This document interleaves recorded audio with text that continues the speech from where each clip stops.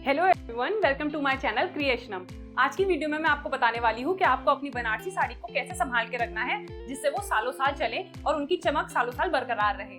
तो चलिए अपनी वीडियो स्टार्ट करते हैं। तो सबसे पहली चीज आती है कि साड़ी को कैसे पैक करके रखना है और किस कपड़े में पैक करके रखना है, या फिर अगर कोई पेपर यूज करने वाले हैं तो वो कौन सा पेपर है जिसमें हमें इसे पैक करके रखना है।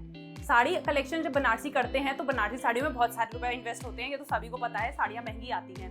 तो अब इनको पैक करके रखने का सही तरीका भी आपको मालूम होना चाहिए है। इनको पैक करने के लिए आपको यूज करना है कोई भी सूती कपड़ा। जी हाँ, अगर आपकी कोई पुरानी साड़ी है या आपकी मम्मी की कोई पुरानी साड़ी है जो कॉटन की है तो आप उनमें इन साड़ियों को रैप कर रखें। ये इसको रैप करने का आई थिंक एक वन ऑफ द बेस्ट तरीका है कि आपने पुरानी सूती साड़ियों में इनको रैप करके रखा है। अगर वो नहीं तो फिर आप कपड़े वाले बैग देख लें। कपड़े वाले बैग बहुत इजीली अवेलेबल हैं जिसमें जिप लगी हुई होती है या फिर एक छोटा सा बटन दिया होता है और अटैची जैसे वो बैग होते हैं छोटे छोटे, आपको Amazon और अदर ई-कॉमर्स एप्लीकेशन पे मिल जाएंगे। तो आप उनमें इन्वेस्ट करें और कपड़े वाले बैग रखें। अब बहुत सारे लोग इस टाइप के कपड़े के बैग में इन्वेस्ट करना शुरू कर देते हैं और इनमें अपनी साड़ियों को रखते हैं। अब आप देखिए, इसमें एक तरफ तो कपड़ा है बट एक तरफ पॉलीथीन लगी है और हमें अपनी बनारसी साड़ी जिसमें शाइन है उसको कभी भी प्लास्टिक जैसी चीज में रैप नहीं करना है। कपड़े वाला बैग मतलब आपको पीछे से भी उसमें कपड़ा लगा हो और आगे भी कपड़ा लगा हो। पॉलीथीन का यूज नहीं करना है। और ऐसे बैग आते हैं जिनमें पॉलीथीन दोनों तरफ यूज होती है और बहुत अच्छे से पैक कर हो जाती है साड़ी। आपको शॉपकीपर पैक कर देते हैं उसमें, लेकिन आपको अपनी साड़ी उसमें नहीं रखनी है। आपको कपड़े वाला बैग यूज करना है और या फिर पुराना कोई कॉटन का कपड़ा यूज करना है अपनी साड़ी को रैप करने के लिए।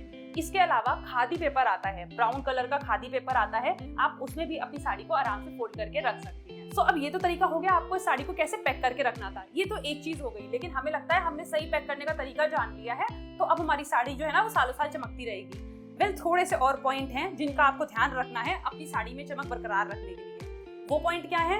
वो पॉइंट ये है कि जब भी आप अपनी चमक वाली बनारसी साड़ी पहनो या सिल्क की साड़ी पहनो, कभी भी उसके साथ में परफ्यूम मत लगाओ। परफ्यूम जो है वो उसके अंदर बैठ जाता है, वो स्मेल इसमें बैठ जाती है एंड विद टाइम वो स्मेल की वजह से इसकी चमक चली जाती है। देन नेक्स्ट पॉइंट आता है कि इसको क्लीन कैसे करवाना है। कभी भी इसको घर में वॉश ना करें, हमेशा अपनी सिल्क साड़ियों को ड्राई क्लीन करने के लिए ही दें। अगर कहीं पे एक छोटा सा स्पॉट वगैरह गिर जाता है, कुछ आ जाता है स्पॉट किसी चीज के गिरने से, तो आप क्या करें, थोड़ा सा पानी लें और वहां पे थोड़ा सा भिगो दें और थोड़ा कपड़े से क्लीन कर दें। लेकिन आपको रब बिल्कुल नहीं करना है, अदरवाइज आपका जो सिल्क फैब्रिक है वो वहां से डैमेज हो जाएगा। अब हम बात कर लेते हैं साड़ी के स्टोरेज की। किसी ऐसी जगह पे स्टोर करिए जहां पर बिल्कुल भी मॉइस्चर ना हो, जैसे कि जहां पर बिल्कुल सीलन ना हो, बिल्कुल ड्राई एरिया हो, आप वहां पर इसको आराम से स्टोर कर सकती हैं। अच्छा, साड़ी में, बनारसी साड़ी में एक क्या बात होती है कि आप जहां पर से बार बार फोल्ड करके अपनी साड़ी को रख रही होती हो, वहीं पर से साड़ी के फट जाने के बहुत ज्यादा चांसेस होते हैं। तो आपको करना क्या है कि 3 महीने या 6 महीने में, हर 3 महीने या 6 महीने में आपको अपनी साड़ी ओपन करनी है और उसकी फोल्ड चेंज कर देनी है। सपोज करो फर्स्ट टाइम आपने इस तरीके से फोल्ड करा था तो नेक्स्ट टाइम आप इस तरीके से फोल्ड करो। आपको अपनी साड़ी की ना फोल्डिंग्स बदलनी है और तो उससे क्या होगा ना कि कपड़ा आपका एक तरफ से ज्यादा दिन मुड़ा नहीं रहेगा और आपकी साड़ी वहां से फटेगी नहीं। अब हम बात कर लेते हैं साड़ी को आयरन करने की।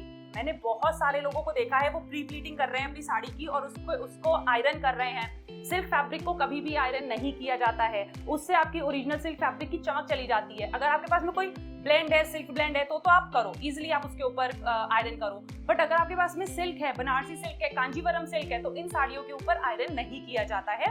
आप ये आयरन मत करो। इन केस अगर कोई क्रीज बन गई है जो आपको बहुत बॉदर कर रही है, तो आप क्या करो, अपनी आयरन को बहुत लो हीट सेटिंग पे लगाओ और उसके बाद में अपनी साड़ी के पीछे से बैक पोर्शन पे धीमे धीमे से आयरन करना स्टार्ट करो। फ्रंट से ना करो ताकि चमक ना जाने पाए।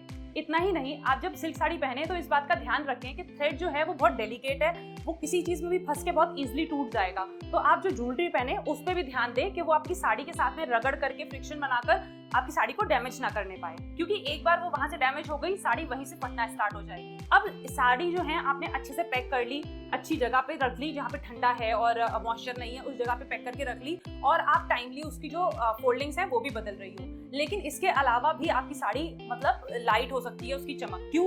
वजह ये है कि ये जो साड़ी है इसको एयर चाहिए होती है। तो आपको क्या करना है कि इन साड़ियों को 3 महीने या 6 महीने में जब भी आप फोल्ड करने के लिए निकालें, कि आप फोल्ड चेंज करने के लिए निकालें, तब आप इन साड़ियों को थोड़ी सी हवा दिखा दें। हवा दिखाने का मतलब ये नहीं है कि धूप में ले जाके डाल दी, डायरेक्ट सनलाइट में कभी नहीं डालनी है। आप इन्हें किसी थोड़ी सी ओपन एरिया में इनको खोल के रख दे थोड़ी देर के लिए, 2 घंटे 3 घंटे के लिए, और ये थोड़ी देर हवा ले लें और उसके बाद इन्हें आप फोल्ड करके वापस रख सकती हैं। बट हाँ, ऐसा करने के लिए आपको डायरेक्ट सनलाइट पे कभी भी इन्हें नहीं रखना है। अब मैं आपको ये साड़ी दिखा रही हूँ जो मेरी मदर इन लॉ ने मुझे दी थी, और ये साड़ी 30 साल पुरानी है। तो साड़ी जैसे जैसे पुरानी होती जाती है ना, वैसे वैसे ये सॉफ्ट हो जाता है सिल्क का फैब्रिक, और इसमें उतनी कड़कपन नहीं रहता जितना आप परचेज के टाइम पे इसमें देखते हो। और कुछ कुछ सिल्क साड़ी होती है जो सॉफ्ट ही आती है, जो ज्यादा स्टिफ नहीं होती, तो उनके साथ में तो कोई प्रॉब्लम नहीं है। लेकिन जो साड़ियाँ स्टिफ आती हैं बट समय के साथ वो उनका जो स्टिफनेस है ना वो खत्म हो जाता है, उस चीज के लिए क्या करें? वेल, आप उस चीज के लिए इस साड़ी को ड्राई क्लीन होने दे दो और इस पे चरक करवा लो, और उसके बाद में आपकी साड़ी में अपने आप कड़कपन आ जाएगा। सो ये सारी टिप्स थी मेरी बनारसी सिल्क साड़ीज को रखने की, जो मैंने आपके साथ शेयर कर दी हैं। आई होप आपको ये पसंद आई होंगी। अब हम मिलेंगे अगली वीडियो में, तब तक के लिए share the love with your family, take care of yourself, नमस्ते।